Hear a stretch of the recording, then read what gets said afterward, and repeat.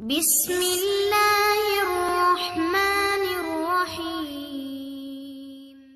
Assalamualaikum warahmatullahi wabarakatuh. Para pemirsa yang dirahmati Allah, syukur alhamdulillah yang mana kita pada kesempatan kali ini selalu diberi kesehatan dan diberi rezeki lancar, dan semoga kenikmatan-kenikmatan tadi bisa mudawamah min hadhihi sa'ah ila yaumil qiyamah. Para pemirsa yang dirahmati Allah, marilah kita dengarkan bersama-sama tausiah dari Ustadz Saiful Karim. Semoga apa yang beliau sampaikan menjadi berkah dan bermanfaat bagi kita semua. Walaupun orang tua kita hari ini tidak bersama kita lagi secara fisik, tetapi secara spiritual, secara rohani, beliau tidak pernah mengalami kematian. Beliau ada di sini.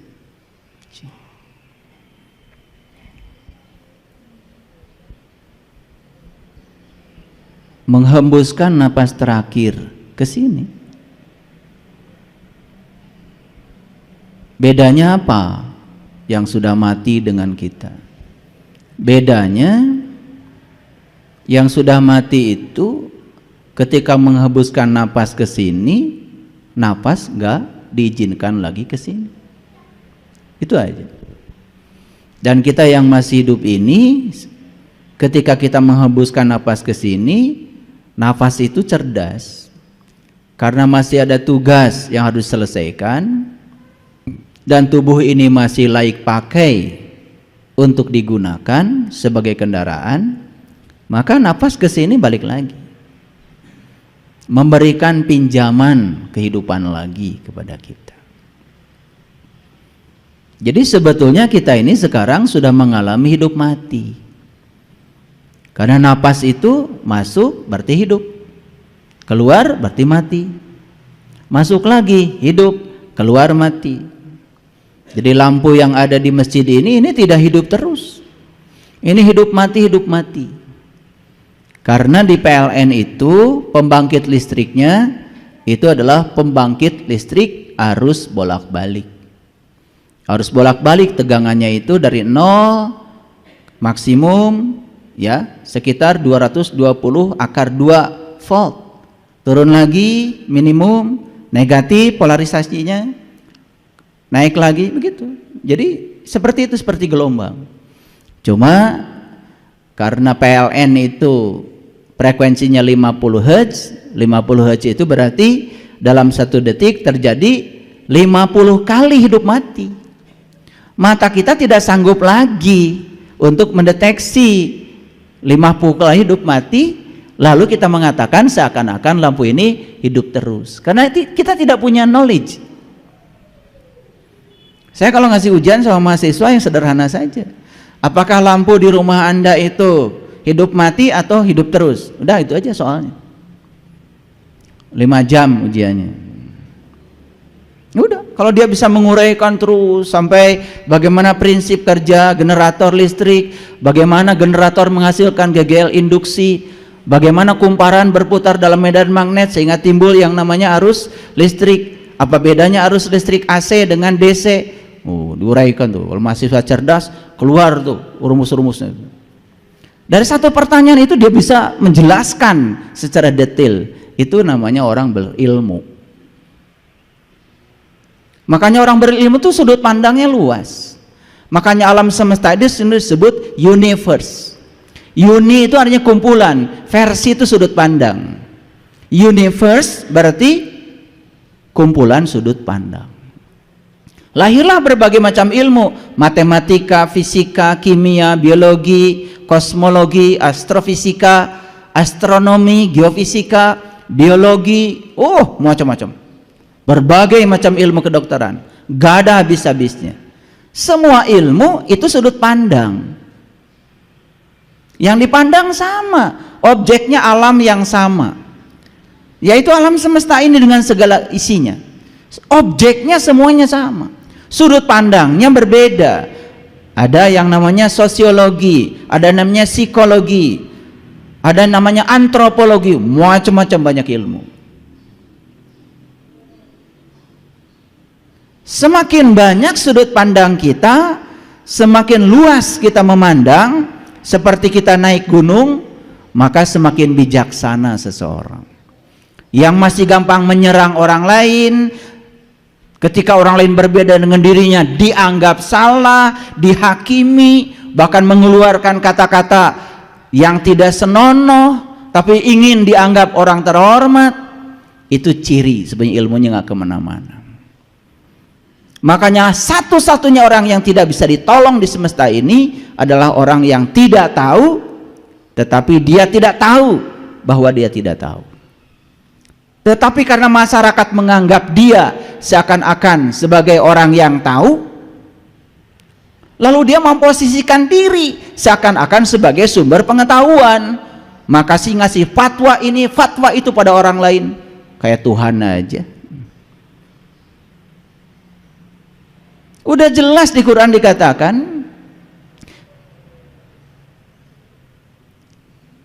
sesungguhnya hanya Tuhanmu yang tahu siapa yang tersesat di jalannya dan siapa yang mendapatkan petunjuk. Inna rabbaka huwa a'lamu biman dola an sabilihi wa huwa a'lamu bil muhtadin. Hanya Allah yang tahu. Lah kamu ini yang ilmunya cuma sedikit, pencitraan saja. Makanya tidak boleh menghakimi siapapun. Ketika orang lain melakukan kesalahan pun tidak boleh dihakimi. Karena apa? Biarkan saja. Karena kesalahan yang dia lakukan akan mengajarkan risiko dari kesalahannya. Risiko itu pelajaran yang akan datang pada dia. Ketika dia diajarkan oleh risikonya, dia akan berubah dengan sendirinya. Dan ketika berubah dengan sendirinya, bukan paksaan dari orang, itu lebih bagus. Makanya bisa jadi kebenaran itu dilahirkan oleh kesalahan. Yang repot itu ketika kita usil, ya. Makanya amalkan wiridan dari saya. Jangan usil, jangan komentar, maafkan, biarkan. Itu aja. Jangan usil, jangan komentar, maafkan, biarkan. Itu aja. Coba damai. Oleh karena itu mari kita bersyukur hari ini kita diberi kesempatan kembali untuk memotret diri kita, melihat sesungguhnya diri kita secara jujur, sejujur-jujurnya, dan semoga keluar dari ruangan ini kita bisa mengalami perubahan kesadaran. Yang paling tahu diri kita adalah diri kita sendiri. Oleh karena itu kita berikan penghormatan yang setinggi-tingginya kepada Dia Sang Hidup yang masih memberikan kesempatan kepada kita untuk hidup. Kita puji Allah membaca hamdalah. Alhamdulillahi rabbil alamin. Mari kita sapa asma Allah dengan kelembutan dan cinta. Semoga Allah membukakan pintu kecerdasan kita, memampukan kita untuk melaksanakan semua ilmu yang kita serap hari ini dalam kehidupan kita. Kita bacakan basmalah. Bismillahirrahmanirrahim.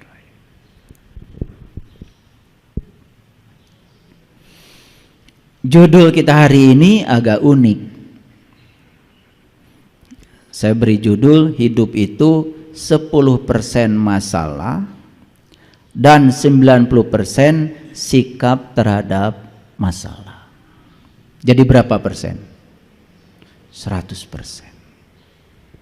Mana yang paling besar bobotnya? Masalah atau sikap? Yang paling besar bobotnya adalah sikap terhadap masalah. Ada orang menghina kita, mau dianggap masalah atau tidak dianggap masalah itu terserah kita. Karena sesungguhnya masalah itu tidak ada awalnya, diadakan oleh kita. Sekarang anggap saja itu masalah, karena dia telah menyakiti saya, dia telah menghina nama baik saya. Anggap itu masalah. Bibitnya itu cuma 10%. Tapi begitu kita lapor ke polisi, pencemaran nama baik. Meluangkan waktu, harus di BAP, perlu pengacara,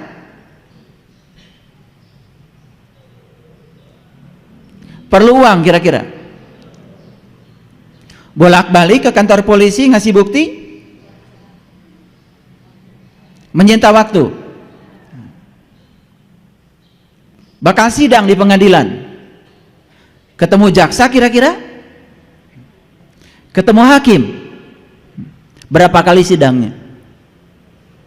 Hasilnya kita hanya puas telah memenjarakan orang yang telah menghina kita. Itu hasilnya. Betul nggak omongan saya? Sebetulnya bibitnya itu cuma 10% saja. Masalah besarnya itu diciptakan oleh ego kita sendiri, pikiran kita sendiri, diri palsu kita. Ujung-ujungnya hanya puas kita telah berhasil memenjarakan orang, mencelakakan orang yang kita sebut telah menyakiti kita. Sibuk nggak kita? Sibuk apa kita? Bodoh nggak kita? Yang cerdas, nih yang cerdas,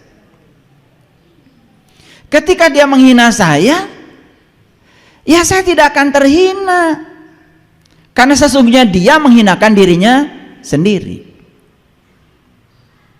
Kalau saya tidak mengizinkan diri saya terhina, ya saya tidak akan terhina. Saya juga tidak sakit hati kok. Kenapa? Karena sakit hati itu bukan buatan orang yang menghina kita, buatan pikiran kita. Karena pikiran ingin orang itu seperti yang kita mau. Ketika orang tidak seperti yang kita mau, maka kita sakit hati. Orang yang sadar, sesadar-sadarnya tahu kalau sakit hati buatan dirinya, bukan buatan orang. Buat apa saya repot-repot kesana kemari? Ya sudah, saya maafkan saja. Selesai? Ada masalah? Tidak ada. Jujur ya, jujur nih, wajah-wajah sibuk semua nih kelihatan. Ini wajah-wajah 90% ini. Ini wajah-wajah 90%, wajah-wajah ruwet.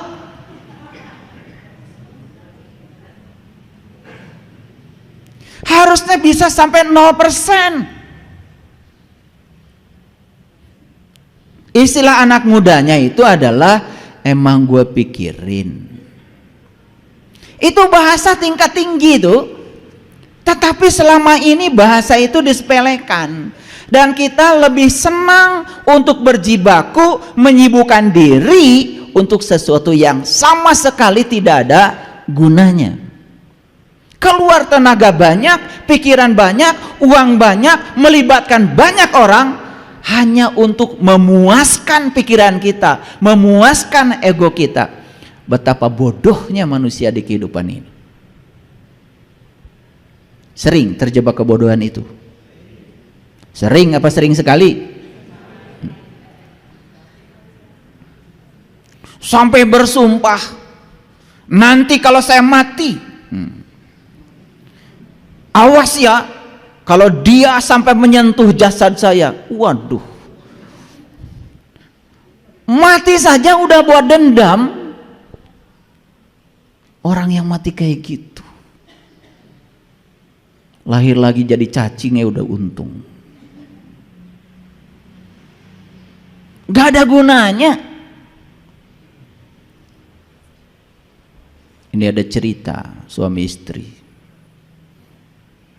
Suaminya itu memendam dendam yang luar biasa sama istrinya. Tetapi dia tidak berdaya ketika masih hidup. Maka dendamnya dibawa mati. Hartanya banyak berlimpah. Sepeda motor banyak, mobil banyak, rumah banyak. Dan ketika dia divonis penyakit tertentu dan dia tahu sebentar lagi mau mati, diam-diam di belakang istrinya dia pergi ke sebuah yayasan amal. Dan dia bikin di depan notaris penyerahan semua hartanya. Tidak ada disisakan satu harta pun buat istrinya. Gitu. Jadi begitu dia mati, beneran nih matinya. Istrinya itu pura-pura menangis Bombay. Padahal itu yang diharapkan. Apa yang dilakukan istrinya? Langsung buru-buru ke tempat pembuatan batu nisan. Beli batu nisan yang paling mahal, marmernya dari luar negeri. Diukir tulisannya, istirahatlah dengan damai.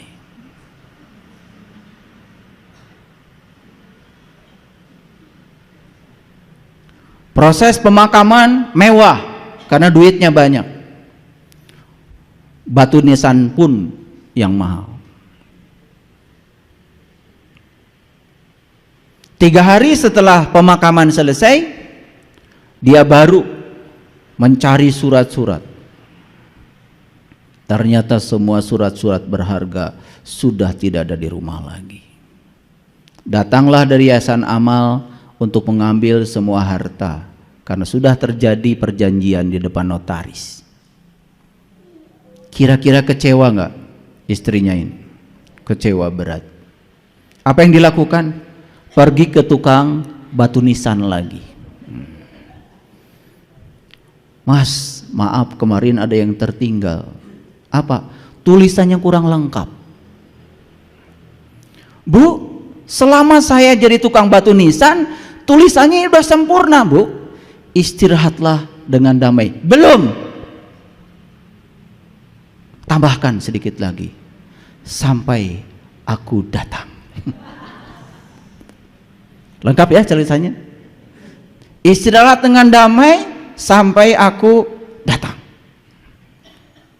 Ini dua-duanya memendam dendam. Yang suami memendam dendam sampai dibawa mati, yang istri pun nanti tunggu tanggal mainnya. Gitu. Jadi ingin memuaskan dendam ketika mati karena harta sudah dipindah tangankan di Yayasan Amal. Luar biasa. Ini mati model apa kayak gini? Sama sekali tidak memenuhi ayat la tamutuna illa wa antum muslimun. Janganlah kau mati kecuali sudah menjadi orang yang pasrah total kepada Allah, masih menolak kenyataan hidup. Ini kenapa?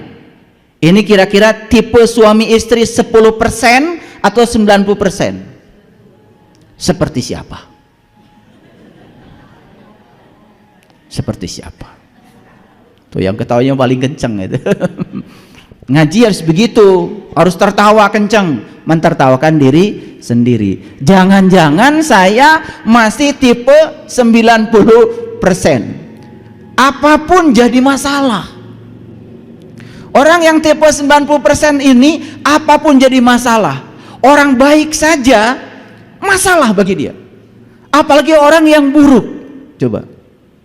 Kesulitan udah jelas jadi masalah, tidak jadi peluang. Apalagi ya, peluang saja jadi masalah, apalagi kesulitan bagi dia. Orang yang kayak gini, peluang saja masalah bagi dia, apalagi kesulitan. Jadi tidak ada di kehidupannya itu yang baik. Semua sudut pandangnya dalam otaknya dia itu buruk semua. Kenapa bisa begitu?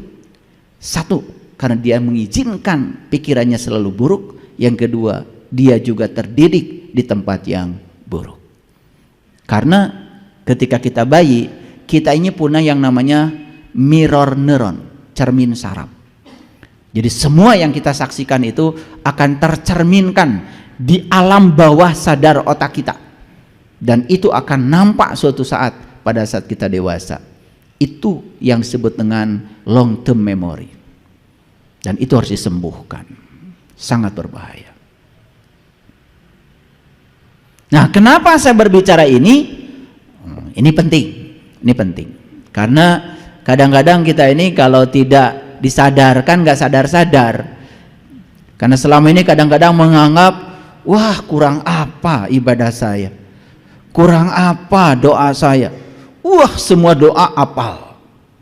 Semua doa untuk mengatur Allah supaya Allah takluk dan taat pada keinginan kita, apal semua. Dan ketika Allah takluk pada keinginan kita, bangga kita mengatakan, Allah mengabulkan doa saya. Padahal sebenarnya di balik kata-kata itu sedang ingin memamerkan pada orang, lihat, Allah saja sama saya nurut, gitu sebetulnya. Lalu Allah bingung, yang Tuhan lu apa gua, kata Allah. Ya kan? Karena kita diajarkan dari kecil begitu, terus ya diajarkan ngatur-ngatur Allah supaya Allah itu takluk dan taat sama keinginan kita. Kapan kita mau berserah diri kepada Allah? Ngakunya sih Muslim, padahal Muslim itu gelar tertinggi yang diberikan Allah untuk mereka yang sudah pasrah total kepada Allah. Maka saya tidak suka dengan istilah Muslim non Muslim karena perbedaan keyakinan. Bagi saya Muslim non Muslim adalah soal akhlak, bukan soal keyakinan. Maaf, bisa jadi orang itu keyakinannya berbeda dengan saya, tapi dia sangat pasrah dalam kehidupannya kepada Allah. Bagi saya no problem, bagi saya dia adalah Muslim.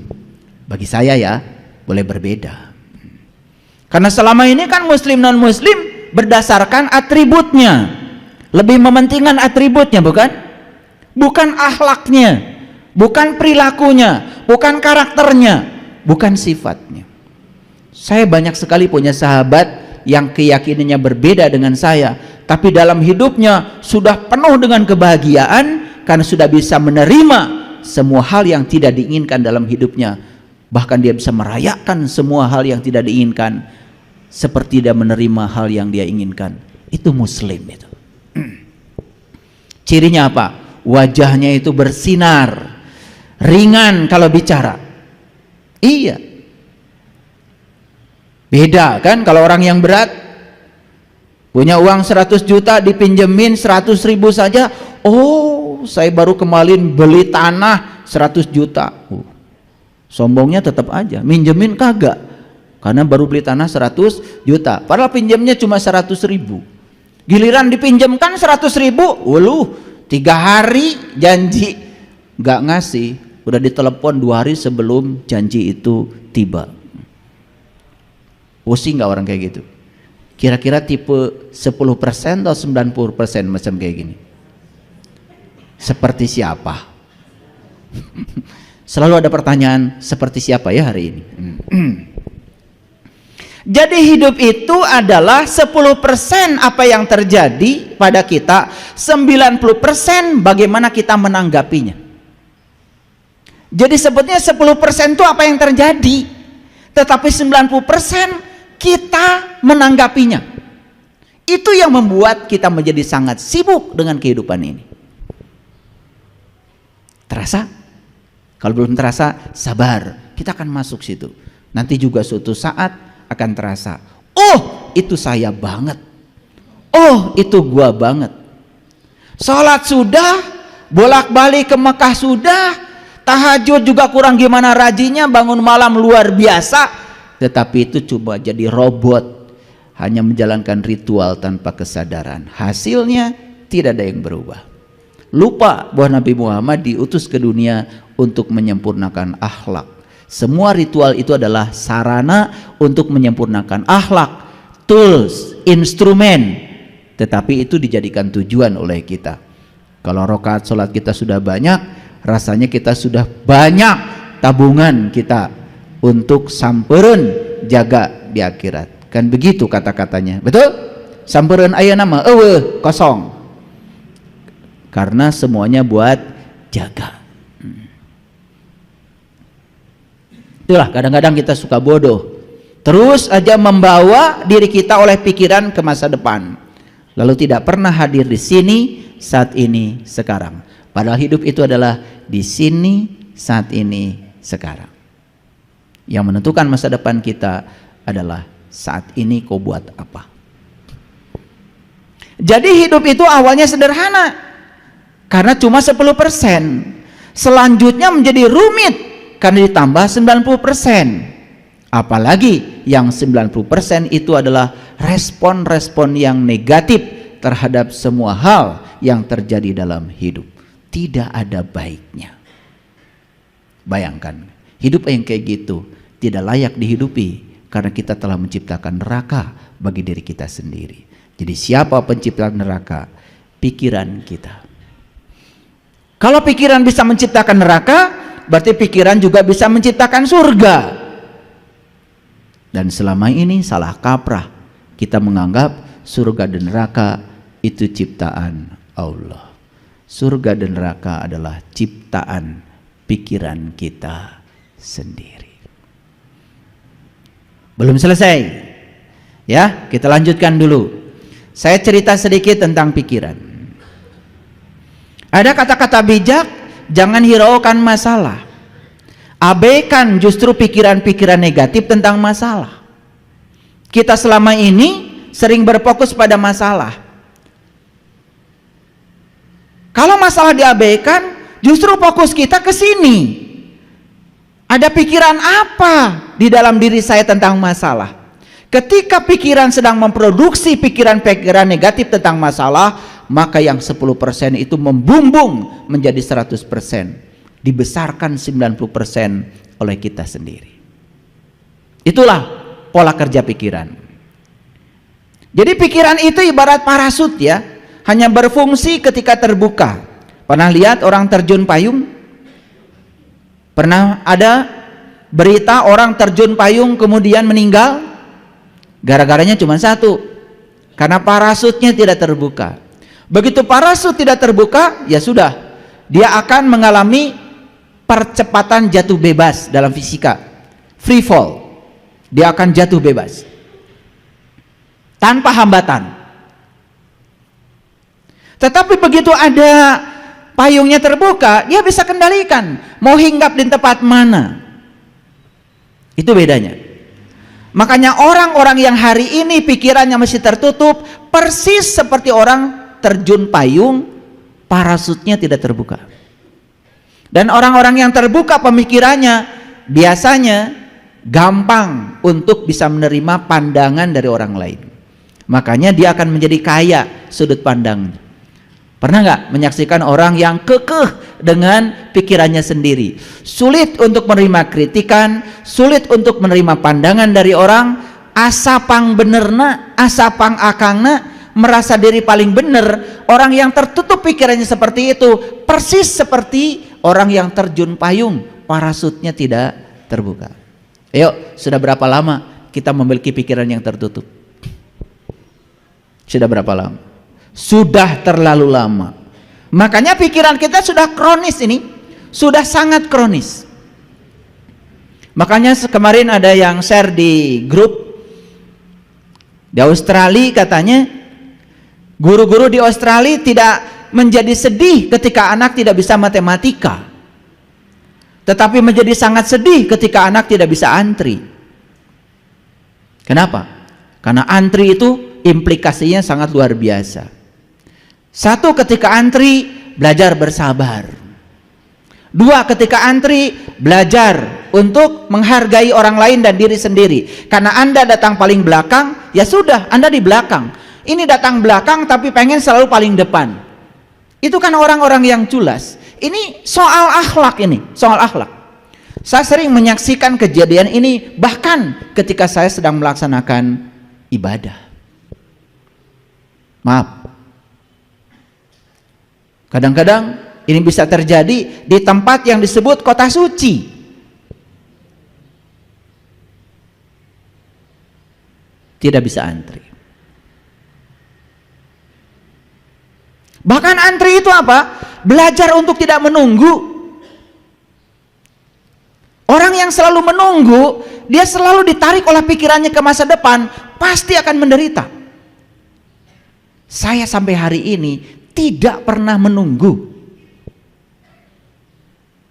Makanya kemana-mana saya baca buku yang menyenangkan saya bawa musik yang menyenangkan saya, dan saya tidak mau menunggu, karena menunggu berarti membunuh waktu.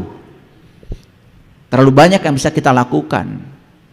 Bahkan ketika ada antrian yang panjang, atau harus menunggu dalam waktu yang panjang, kita bisa melakukan pelayanan pada diri sendiri yang paripurna untuk menyenangkan diri sendiri yang bermanfaat. Bukankah itu luar biasa? Jadi masuk akal kalau orang Australia ya sangat khawatir ketika anak tidak bisa antri. Karena apa? Ternyata katanya untuk membuat seseorang bisa antri perlu waktu belasan tahun. Tapi untuk bisa matematika hanya perlu kursus 6 bulan. Bayangkan.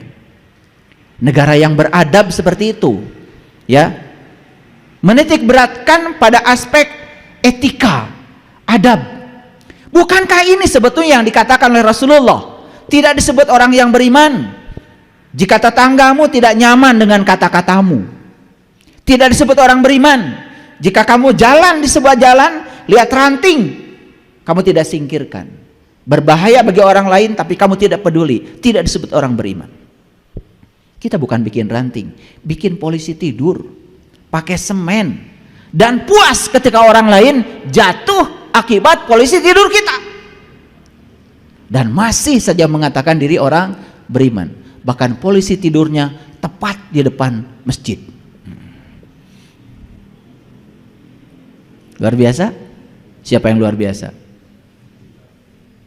Kita. Lu kali, gua kagak. Awas, jangan pengen kita terus. Kita ini susah sekali bilang saya.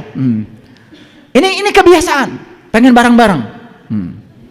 Saya sering tanya, siapa yang begitu? Kita. Loh, kita? Lu aja kali, gua kagak. Jadi untuk bilang saya itu ini karakter. Ini kebiasaan tidak mau bertanggung jawab. Jadi inginnya rame-rame. Ini karakter, ini karakter. Ini saya bicara karakter karena judulnya ini soal karakter. Nanti kita akan pakai ayat supaya jelas. Baik, lanjutkan dulu. Ketika pikiran diam, seluruh alam semesta akan menyerah. Maka ada kata-kata, jika kamu mengangkat tangan, maka Allah akan turun tangan. Dan jika kamu turun tangan, Allah akan angkat tangan. Ini kata-kata yang luar biasa. Cuman implementasinya kadang-kadang nggak ngerti.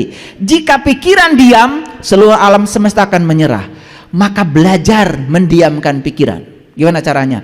Itulah pentingnya meditasi. Alergi dengan meditasi, ganti muraqabah ke, muhasabah ke, pakai biar Arab.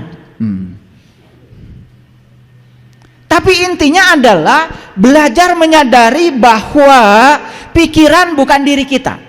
Belajar menyadari bahwa tubuh bukan diri kita. Diri kita yang sebenarnya adalah sang kesadaran pengamat bagi pikiran. Gak akan larut kalau begitu. Yang melakukan yang begini kebanyakan justru orang lain, bukan kita. Padahal ini ajaran Islam luar biasa. Quran mengajarkan kita untuk belajar murakabah, muhasabah, musyahadah, mukasyafah. Ini ajaran Islam, tetapi implementasinya kita nggak ngerti. Coba kalau ditanya gimana cara mendiamkan pikiran, banyak yang belum tahu. Malah ngomongnya gimana cara membunuh pikiran. Pikiran nggak bisa dibunuh. Pikiran tuh kayak anak kecil. Kayak anak kecil pikiran tuh. Kalau anak kecil sedang pegang mainan, ambil mainannya pasti nangis. Cara mengambil mainan itu kasih mainan baru dia akan senang. Makanya kalau kita mau mendiamkan pikiran, kasih mainan baru. Caranya sederhana. Fokuskan pikiran pada nafas. Menyadari nafas kita masuk, keluar, datang dan pergi. Menyadari bahwa kita sedang mengalami hidup dan mati. Menyadari bahwa sesungguhnya dalam diri kita ada Dia yang tidak pernah tidur, nggak pernah ngantuk. La ta'khudhu sinatu wala naum.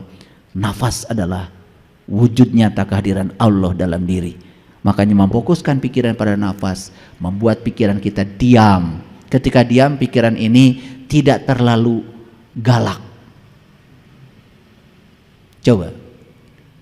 Kalau tidak bisa begitu, mindfulness. Caranya apa? Tarik napas hitungan 4, tahan napas hitungan 7, buang napas hitungan 9. Akan tenang. Lambatkan jantung kita. Pikiran akan diam. Pikiran diam, perasaan akan tenang. Itu teknik-teknik sederhana yang kita lupakan. Padahal ini adalah ajaran leluhur kita yang sangat luar biasa. Pernah melakukan begitu? Ketika kesal, tarik nafas yang dalam. Menikmati kehadiran nafas dalam diri. Pernah? Enggak. Padahal sangat sederhana. Ini yang hilang dari kehidupan kita. Lalu kita menjadi sangat terbiasa untuk reaktif, tidak bertanggung jawab. Itulah. Lihat saya semuanya. Jadi pikiran ini persis seperti kabut. Sedangkan kesadaran kita, diri sejati kita persis seperti langit biru.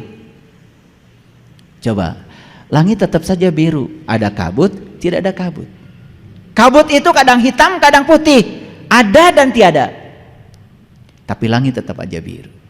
Makanya orang-orang yang sudah menjadi langit biru, yang sudah berkesadaran tinggi, bahasa Qur'annya sudah mencapai sakinah, itu dilambangkan dengan teratai.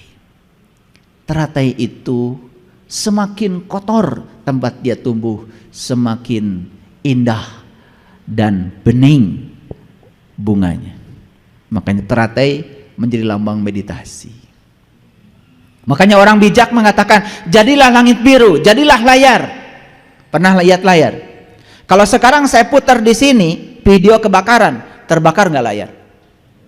Kalau sekarang saya putar video banjir di layar ini, basah nggak layar? Layar. Ada video kebakaran tidak terbakar, ada video banjir tidak basah, layar. Sudah bisa begitu nggak? Iya. Kebanjiran kalian mah basah, ada kebakaran gosong. Kapan mau bahagia kalau begitu? Ini namanya belum mencapai sakinah. Tapi ngomong sakinah udah pinter ya? Iya, kalian kan begitu. Setiap orang nikah semoga samawa. Ketiganya bu, naon samawa teh? Ah duka. Karena kita terbiasa latah ngikutin apa kata orang. Padahal samawatu sakinah, mawadah, warohmah. Itu terjadi bukan hanya untuk pasangan, pernikahan, bukan. Sakinah itu untuk pasangan kita. Karena manusia itu diciptakan Allah sudah berpasangan. Pasangan itu jasmani dan ruhani. Pasangan tuh jasmani dan ruhani. Kalau sudah selaras jasmani dan ruhaninya, itu namanya sudah sakinah. Suami istri itu tidak mungkin selaras, apalagi belum bisa menerima dan menghargai perbedaan. Yang terjadi sengketa terus. Apalagi tidak tahu tujuan menikah. Tujuan menikah itu cuma satu, latihan menerima dan menghargai perbedaan. Karena Anda dengan saya beda. Ini malah saling memaksakan persamaan. Bikin dalil-dalil. Sebagai istri, awas. Kamu tidak akan masuk surga sebelum dapat restu dari saya. Walaupun suaminya binal kayak apa, pinter kalau bikin dalil begitu. Nurut sama suami atau tidak? Wah.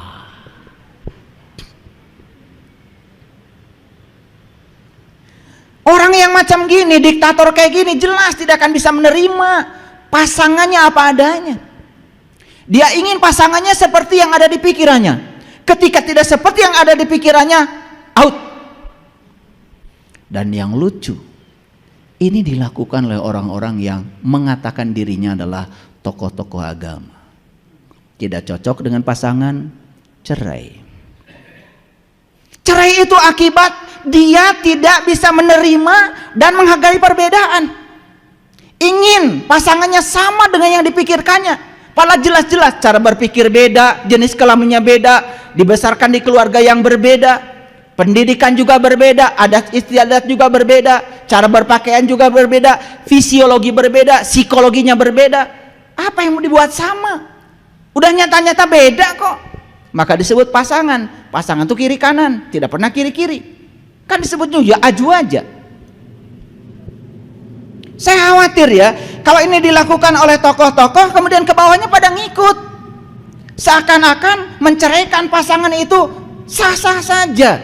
padahal jelas tidak bisa menerima dan menghargai perbedaan. Kalau di rumah saja di level kecil sudah tidak bisa menerima dan menghargai perbedaan, gimana dia dengan level besar? Maka di luar pun dia menyerang terus. Setiap yang berbeda dengan dirinya dia serang, dia hakimi. Begitu. Gak ada etika. Bahkan ujungnya sebetulnya kan patut diragukan imannya. Kalau orang sudah bertauhid nggak kayak gitu. Seperti Allah menerima semua kita apa adanya. Hebat nggak Allah? Yang jahat tetap bernafas, yang baik-baik bernafas. Allah itu begitu. Tidak tersinggungan kayak kalian. Hebat. Dia menunjukkan kemahakuasaannya luar biasa. Makin maha kuasa, makin dekat dengan yang dikuasainya. Makanya kata Allah, berbuat baiklah kamu sebagaimana aku berbuat baik kepadamu. Wa ahsin kama ahsanallahu ilaika. Jadi mekanisme perbuatan baik itu baru disebut baik kalau cara melakukannya persis seperti Allah melakukannya kepada kita, tanpa keinginan, tanpa muatan. Keren gak kalau hidup kayak gitu? Keren. Tidak ada yang saling menyakiti, saling melukai. Kalau kita sadar dengan itu luar biasa. Hidup itu penuh berkah, penuh kebahagiaan. Saya dapat WA dari seseorang, ayah, alhamdulillah, setelah saya berpisah dengan suami saya, sekarang saya lebih bahagia. Sebentar, saya bilang, kamu itu bukan bahagia, cuman kamu tidak ada lawan bertengkar saja sementara waktu. Tanda tanya, supaya datang sama saya. Ntar dijelas, karena nggak mungkin di WA kan. Dia mengatakan bahagia, padahal dia itu cuman sedang istirahat dari bertengkar sementara waktu. Nanti juga ketika dapat sparring partnernya lagi, ya begitu lagi. Karena dia tidak bisa membedakan apa bahagia apa senang. Senang tuh mendapat, dia baru mendapat yang diinginkan. Karena ingin suaminya pergi dari rumah, senang. Apa itu bahagia? Bukan. Bahagia itu kita sudah tidak terganggu, dia ada, dia tidak ada. Bahagia itu adalah sakinah awalnya. Setelah sakinah mawadah, baru warohmah. Jadi bahagia itu selesai kamu dengan diri kamu sendiri. Kalau kamu masih mengharapkan orang lain baik sama kamu, mengharapkan cinta pada kamu, tapi kamu tidak mengungkapkan cinta pada orang lain, kamu tidak akan pernah bahagia. Makanya berhenti memaksakan cinta, mulai mengungkapkan cinta. Hadiah mengungkapkan cinta adalah cinta. Sederhana kok. Ingin dicintai, ungkapkan perhatianmu pada orang lain. Ungkapkan cintamu pada orang lain. Jangan merengek-rengek orang lain harus mencintai kamu, karena itu salah kaprah. Itu jalan lama yang harus ditinggalkan. Kurang cerdas. Begitu tadi uraian dari Ustadz Saiful Karim. Semoga apa yang disampaikan tadi bisa menjadikan tambahan pengetahuan bagi kita, yang akhirnya apa yang kita lakukan utamanya dalam masalah ibadah kita menjadi sempurna. Demikian dari kami, kurang lebihnya mohon maaf. Wassalamualaikum warahmatullahi wabarakatuh.